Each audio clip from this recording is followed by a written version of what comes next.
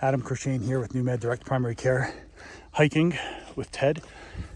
So we're out here getting toward the summit of a hike, and I'm sucking wind a little bit, and it made me think about physiology, because that's what I do. So lungs, they're kind of like an upside down tree.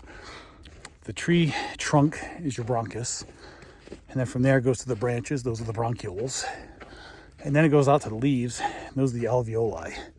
So the bronchus, bronchioles, that's what gets the air in and out. But the alveoli are where the magic happens. You absorb oxygen and you get rid of carbon dioxide. So if you're ever really winded, or if you're gassed, I like that expression, I was thinking about it. Gassed, oxygen and carbon dioxide, that's where it comes from.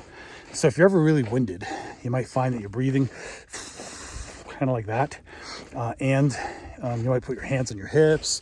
You might even lean over and put your hands on your knees. Why do we do that? And there's an answer. As we put the hands on the hips or the hands on the knees, sorry, going down a hill now. What that does is expand your rib cage and allow you to get more air in your lungs.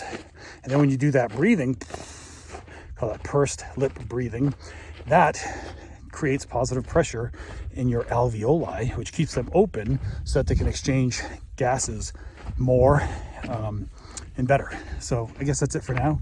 Physiology from Adam with Med Direct Primary Care and Teddy. See ya.